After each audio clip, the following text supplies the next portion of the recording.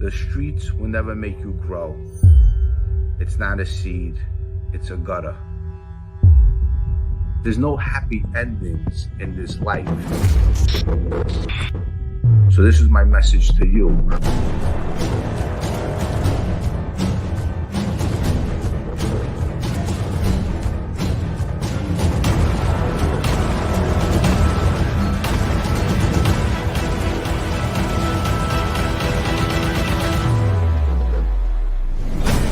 The streets will never love you back. Hey guys, well, I'm back in New York. I tell you, I had a great time in Vegas. In Vegas, I networked with a lot of good people. I had a great opportunity to meet some good people. I actually met Chaz Palminteri and Sandy Blue Eyes. We were at some kind of convention together. They were there. Chaz made an appearance, got in a couple photos with him, got into a conversation with Chaz. Chaz is a great guy, and Sandy Blue Eyes was awesome. So I had this opportunity, and you know what? Meeting guys like that, you get once in a lifetime shot meeting them, and they welcomed me with open arms.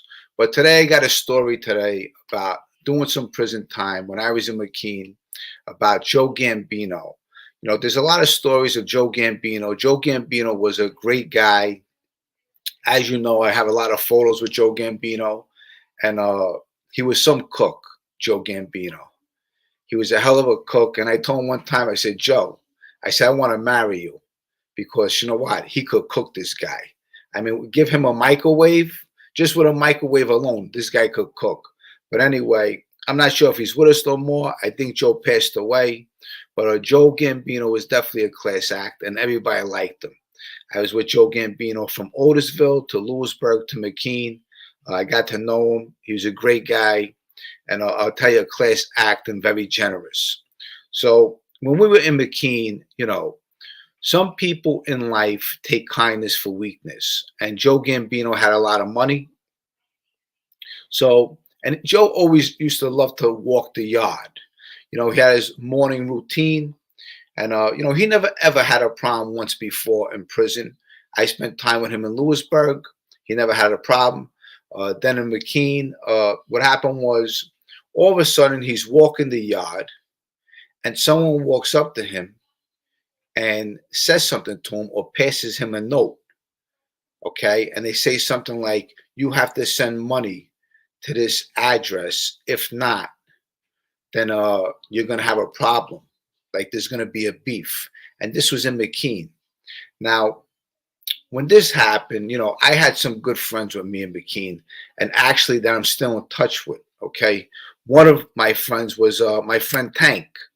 My friend Tank was my next door neighbor. This is the time when I was selling with Gene Gotti. Tank was right next door from me, and you can see the size of Tank. Now you know why they call him Tank, because you couldn't mess with this guy. Kidding me? This guy run over a fucking bulldozer. That's how tough he was. And he's a Detroit guy, you know. And we had some other guys also. One guy's name was Cotton. And Cotton was another great black guy, gangster out of Detroit. And then some other guy, Deadeye. Deadeye had he had a dead eye on him. And he was out of Detroit too. And these guys were real thugs. This is another photo of some guys I took back in the day. I got real close with. These guys were Bronx guys. But, you know, when you're in prison, a lot of crazy things happen, you know, and people judge you by your character, by the way you act and the people you stay with. As you know, I took a lot of photos with guys in prison, and I stood around a lot of stand-up guys, you know, guys like Matty Madonna, Frankie Lestarino, Michael Perna, and a lot of other Spanish guys, a couple Latin kings, Iñetes, some black gangsters, you know. But Joe Gambino always used to walk the track, and one time someone passes him a note as he's walking, or they go up to him and say, listen, you know what? You have to send so-and-so money. So they give him an address or something, or they threaten him, and they tell us if we don't get money, we're going to kill you. So Joe Gambino comes back to the unit, and he ends up telling all the Italian guys. He told Patty Della Russo, Gene Gotti, uh, Georgie Conti was there at the time. There was a lot of guys there. Mike Spinelli was there. Boston guys, uh, Pittsburgh guys, guys from all over the East Coast. And when you're doing time, the Italian guys, Irish guys, we all stick together, because sometimes you're outnumbered. And but when you're in jail, you make friends with every nationality there is, whether you're black, whether you're Mexican, whether you're Chinese, anything. People judge you by your character. That's how it is in prison. So we all get together. My boy Tank, I tell him what's up, and that someone's trying to shake down Joe Gambino. And, he sends word out there. He looks around, and he wants to find out, who are these people trying to shake down Joe? And let me tell you something about prison. If you guys never went to prison, there ain't no Italian guys getting shaken down. And if there is, believe me, there will be a problem, because money is power in prison. Okay. Just look at Billy Bright, for example, or Mark Ryder. Okay. When they want something done, all they have to do is pay somebody. That's how powerful money is. So, Tank goes out there, Deadeye goes back out there, Cotton goes out there, and they talk to some of their, black brothers, black friends, and they want to find out, who approached Joe Gambino. And eventually, they might have found out, whatever it is. But listen, everybody got strapped up. Everyone had knives on them. And we were ready, because when something like that happens, listen, we're ready to die. That's how it is in prison. I'm saying, and there's a lot of shanks that are stashed, and they come out when it's time to make a move. That's just the way it is. But if there's Italian guys giving money to anybody, it's the reason because they want to give money out of the heart, kindness of their heart.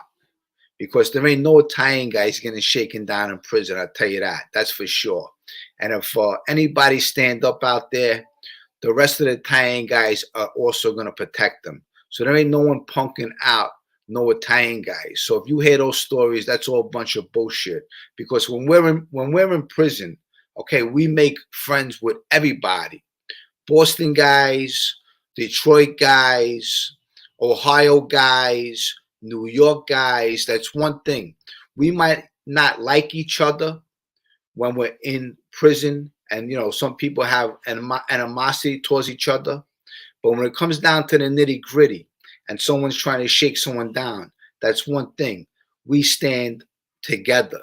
That's how prison is, And don't think that Italian guys don't get down. We get down. Believe me, ain't no one punking nobody. That's for sure. And we're strong. And we're friendly with the black guys. We're friendly with the Mexican mafia. We're friendly with the white. We're friendly with everybody. There ain't none of that bullshit. Don't talk to that one. Don't talk to this one. I'm saying. And I'll tell you, the guys that are doing life and the guys that are taking dope and shooting dope, those guys have nothing to live for. That's their life in there. And they're not afraid to do anything. They're looking to kill a motherfucker just to make a court date, to make an appearance. Prison is a funny place. But this was a story about Joe Gambino, someone trying to shake him down, and it wasn't happening. Couple black guys got involved on our side. They went out to the yard. They wanted to know what was going on, and eventually it got squashed. But that's what happens in prison. People think because you got money and they say that you're doing your own thing, you think you ain't got no back. But when it comes down to the nitty gritty, believe me, we all stick together. That's one thing about the Italians. We could hate each other in jail because you got the Fife families, you got other crews from Chicago to Detroit to wherever, all over the country. But when there's a problem, everyone sticks together, and that's 100%. But I hope you enjoyed this story. With that said, Listen, guys, I love you guys. I'm going to continue to tell stories. I got a lot going on. If you go to my IG, I have a photo with Chaz Palminteri and Sandy Blue Eyes. It was pretty cool meeting them. I had a great time in Vegas. I actually went to go see this show, The Beatles Love. It's one of the greatest shows I've ever seen in my lifetime. And hopefully I'll be back in Vegas real soon. But I'll continue to tell the stories. Thank you for your support. Thank you for your love. And I'll see you guys soon. Bye, guys.